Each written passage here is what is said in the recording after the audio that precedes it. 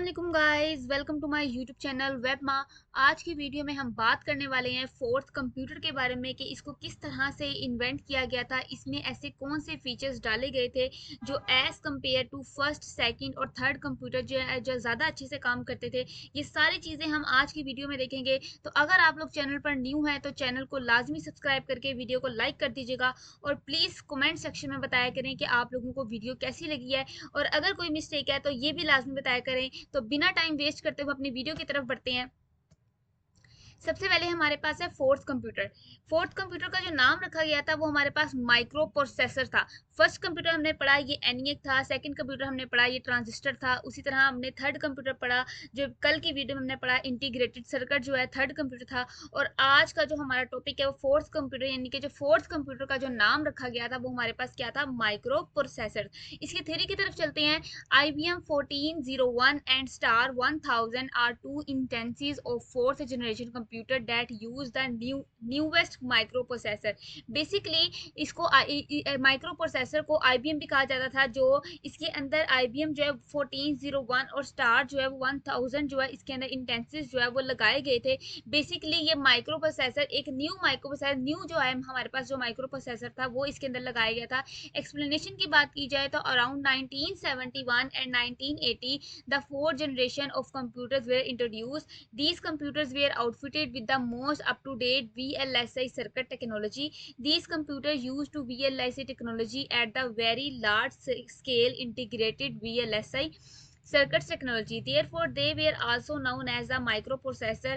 Intel was the first company to develop a microprocessor. Basically 1971 और 1980 के दरमियान में इसको बनाया गया था। और इसके अंदर जो मोस्ट जो है आउटफिटेड जो अप टू डेट जो हमारे पास सर्किट टेक्नोलॉजी थी वो लगाई गई थी। वेरी लार्ज स्केल इंटीग्रेटेड लगाई थी। जैसे हमने प्रीवियस वीडियो में पढ़ा था कि हमारे पास जो इंटीग्रेटेड सर्किट है वो किस तरह से बहुत ज़्यादा जो है ट्रांजिस्टर को मिला के एक इंटीग्रेटेड सर्किट जो है एक छोटी मिनी चिप थी जिसको हम कहते थे कि उसका जो साइज़ है वो हमारे पास जो है एक एज लाइक अ क्वाइन, ठीक है, क्वाइन जितना उसका जो है बिल्कुल साइज़ था। इस तरह माइक्रो प्रोसेसर था। बेसिकली ये भी एक चिप थी लेकिन इसके अंदर एक ऐसा हैवी प्रोसेसर यूज किया गया था जो हमारी चीजों को डेवलप करने में हमारी मदद देता था। तो नेक्स्ट बात करते हैं, हमारे पास नेक्स्ट है फोर्थ जनरेशन लैंग्वेजेस। इसके अंदर ऐसी कौन सी लैंग्वेजेस थी जो इस्तेमाल की गई थी। तो चलते हैं अपनी थ्योरी की तरफ। The fourth generation languages is also called a non procedure language 4GL।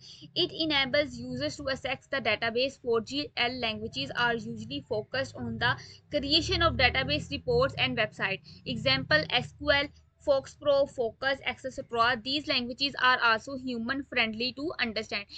Basically इसके अंदर जो हमारे पास लैंग्वेजेस यूज की गई थी उसको हम कहते हैं, जैसे एग्जांपल में उसने आपको बताया कि SQL जो है, फोक्स प्रो है, फोकस जो है, यानी कि ये एक ऐसी लैंग्वेजेस थी जिसको हम जो ह्यूमन है वो इसको बहुत इजी तरीके से जो है इसको अंडरस्टैंड कर सकता था। जैसे अब आप देखें कि एक कंप्यूटर के अंदर जैसे आप कंप्यूटर को ऑन करते हैं, ठीक है, आप उसके ऊपर रिफ्रेश करते हैं, फिर आप प्रॉपर्टीज में जाके उसके ऊपर जो है आप वॉलपेपर्स को चेंज कर लेते हैं। यानी कि ये एक ऐसी लैंग्वेजेस थी जिसको आप बहुत अच्छे तरीके से अंडरस्टैंड कर सकते थे और इजीली।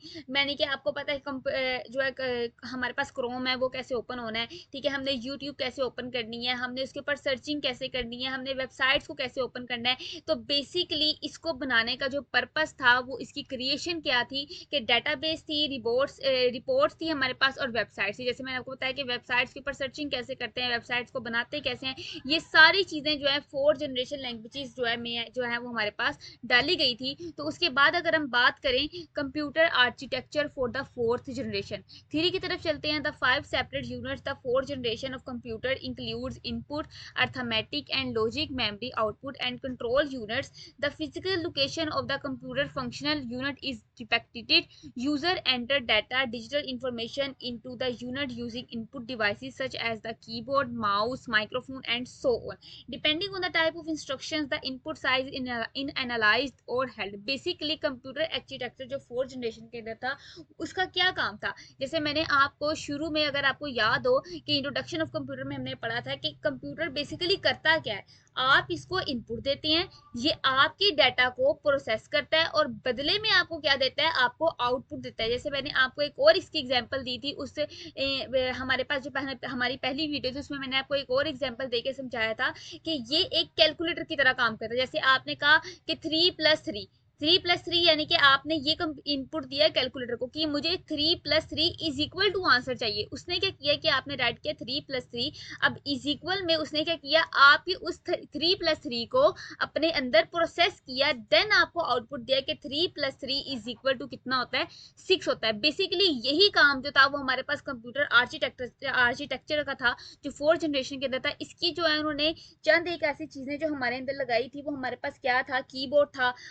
माउस था, माइक्रोफोन था। अब कीबोर्ड जैसे आप कोई भी चीज टाइप कर सकते हैं, जैसे फर्स्ट जनरेशन ऑफ कंप्यूटर में क्या था कि मैंने आपको बताया था कि वो एक ऐसा प्रिंटर था कि जब आप उसकी एक जैसे आपने क्लिक किया ABCD, तो वो क्या करता था कि आपको बाद में ऑप्शन नहीं देता था कि आप प्रिंट निकाल के लाएं, यानी कि उसके अंदर वो जैसे आपने एक ए जो है हमारे पास क्लिक किया तो ए हमारे पास फौरन से प्रिंट हो जाता था। इस तरह से जब वो काम करता था, लेकिन जो है 4th जनरेशन के ऊपर जैसे जैसे इन्वेंशन जो है हमारे पास बढ़ती गई, तो उन्होंने क्या किया, इसको एक कीबोर्ड सिस्टम कर दिया, माउस सिस्टम कर दिया ताकि आप इसको चला सके अच्छे तरीके से, ठीक है। उसके बाद एक माइक्रोफोन कर दिया ताकि आप लोग एक दूसरे के साथ कम्युनिकेट कॉल वगैरह पर भी हो सके। तो ये हमारे पास बेसिकली कंप्यूटर आर्किटेक्चर था। बेसिकली थ्योरी पढ़ाने का आप लोगों को मकसद ये होता है कि आप लोग बहुत सारी ऐसी चीजें होती हैं जो आप लोगों की क्लियर आउट हो जाती है। अब देखें आप लोग पेपर्स वगैरह में या जहाँ पेपर देने जाएंगे, आप ये थोड़ी लिख कर आएंगे कि जी कंप्यूटर ने ये काम किया था, कंप्यूटर ने ऐसे किया, उर्दू में तो नहीं लिखेंगे। तो बेसिकली थ्योरी का पर्पस ये होता है कि बहुत सारी ऐसी डेफिनेशंस हैं जो आप लोगों की इस थ्योरी की वजह से क्लियर आउट हो जाती हैं, और ये देने का आप लोगों का मकसद इस वजह से है कि आप लोग इसको राइट भी कर सकते हैं एज अ अपने कॉन्सेप्ट के तौर पर, क्योंकि ये बेसिक कॉन्सेप्ट हैं जो मैंने यहाँ राइट किए हुए हैं। तो नेक्स्ट चलते हैं। उसके बाद है 4th generation features.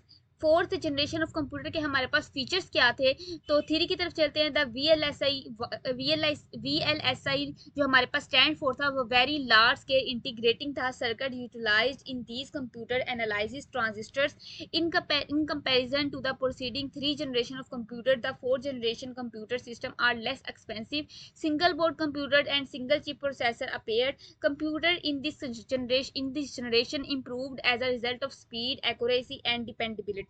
They were compact in size compared to previous generation computer due to a high component density.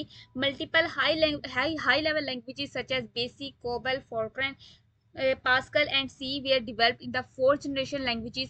In addition, 4th computers aided in the development of the desktop computer PC revolution. Basically इसके अंदर features क्या थे, अगर हम इसकी सबसे पहले जो हमारे पास मेन फीचर है इसका, मल्टीपल इसके अंदर जो है हाई लेवल लैंग्वेजेस थी जो इसके अंदर यूज की गई थी। तो हमारे पास क्या थी, बेसिक थी, कोबाल थी, फोर्ट्रन थी, हमारे पास पास्कल थी, सी लैंग्वेजेस थी जो इसके अंदर डिवेलप की गई थी। उसके बाद इसकी अगर हम एक्यूरेसी और स्पीड की बात करें तो ये बहुत जो है ज़्यादा थी, मतलब बहुत ज़्यादा अच्छी स्पीड देता था हमें।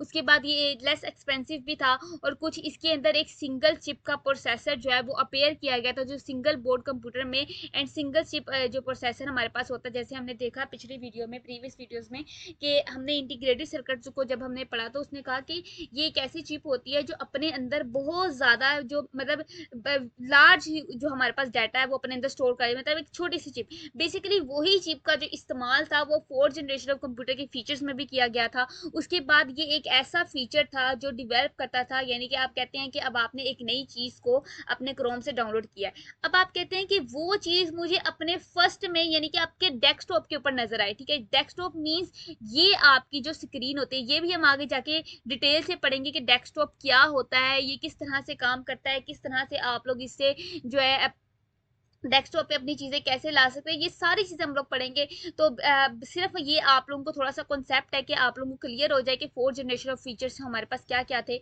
उसके बाद हम बात करते हैं एडवांटेज ऑफ कंप्यूटर और disadvantage of 4th computer. Advantage of computer की तरफ चलते हैं। Computer from period generations are more trustworthy calculation should be done in picoseconds. It uses less energy than earlier generations of PCs. There is no need of air conditioner. It can be used for anything. In comparison to previous generation of computer, the most is minimal.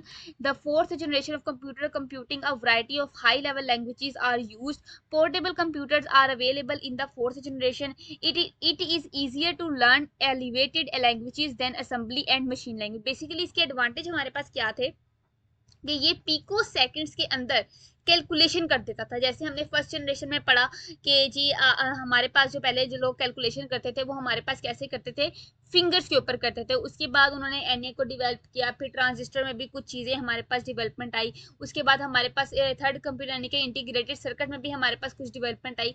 तो उससे भी जो ज़्यादा तेज़ी से जो calculation होती थी यानी कि पिको सेकेंड्स के अंदर, वो हमारे पास फोर्थ जनरेशन में हुआ करती थी। उसके बाद इसको किसी भी एयर कंडीशनर की ज़रूरत नहीं थी, यानी कि ये इसके अंदर ये हर चीज़ के लिए जब वो इस्तेमाल किया जाता था, ये वेबसाइट्स के लिए भी इस्तेमाल कर लिया जाता था, ये गेमिंग पर्पस के लिए भी इस्तेमाल किया जाता था। यानी कि इसके अंदर वो सारी चीज़ें जो कुछ कंप्यूटर्स में अवेलेबल नहीं थी। जैसे फर्स्ट कंप्यूटर में एक स्पेसिफिक पर्पस के लिए इसको यूज़ किया गया था, यानी कि वो सिर्फ कैलकुलेटिंग या आप उसके अंदर टाइपिंग या प्रिंटिंग कर सकते थे बस। और उसके बाद ट्रांजिस्टर्स में भी कुछ है, आप मेमोरीज को स्टोर कर सकते थे, वो भी कुछ स्पेसिफिक पर्पस था हमारे पास।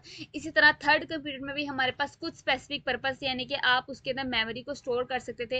इसी तरह यानी कि हमारे पास जो फोर्थ कंप्यूटर था, ये हमारे पास हर चीज़ के लिए जो है, यानी कि इसके अंदर वो सारी जो चीज़ें वो अवेलेबल थी जो एक कंप्यूटर के अंदर होनी चाहिए। तो बेसिकली ये इसके अंदर जो हमारे पास ये हाई लेवल लैंग्वेजेस को अपने अंदर स्टोर करता था, यूज़ किया जाता था। उसके बाद ये हमारे पास इजी टू लर्न था, ठीक है। ये असेंबली लैंग्वेज को भी समझता था और ये मशीन लैंग्वेजेस को भी समझता था। उसके बाद हमारे पास डिसएडवांटेज ऑफ कंप्यूटर क्या है, ये लिमिटेड मेमोरी थी, इसका लिमिटेड सॉफ्टवेयर अवेलेबिलिटी थी, रिक्वायर्ड टेक्निकल नॉलेज था, शॉर्ट लाइफ स्पेस था, रिस्क ऑफ साइबर अटैक्स था, reduce physical activity, potential over reliance on technology. Basically इसका ये था कि ये एक लिमिटेड मेमोरी था, यानी कि जब इसकी स्टोरेज फुल हो जाती है, जैसे हम कहते हैं कि जी हमारी 8 GB रैम है, 256 GB हमारी रोम है, तो ये सारी चीज़ें। और इसके अंदर साइबर अटैक, जैसे हमने पहले पढ़ा था कि कंप्यूटर के हमारे पास जो है वो डिसएडवांटेज क्या होते हैं, ठीक है। जैसे मैंने आपको पहले बताया था कि हेल्थ इश्यूज बहुत ज़्यादा, और ये इसके बाद हमारे पास साइबर अटैक्स बहुत ज़्यादा होते थे। उसके बाद हमारे पास हैकिंग प्रोसेस बहुत ज़्यादा होता था। तो ये सारी चीज़ें ही हमारे पास डिसएडवांटेज ऑफ कंप्यूटर थी, हमने पहले भी पढ़ी हुई है।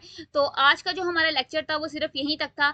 आई होप सो कि आप लोगों को लेक्चर पसंद आया होगा। अगर वीडियो अच्छी लगे तो इसको लाजमी लाइक कर दीजिएगा और चैनल को लाजमी सब्सक्राइब कर दीजिएगा। तो thank you so much for watching my video. मिलते हैं नेक्स्ट वीडियो के साथ, अभी तक के लिए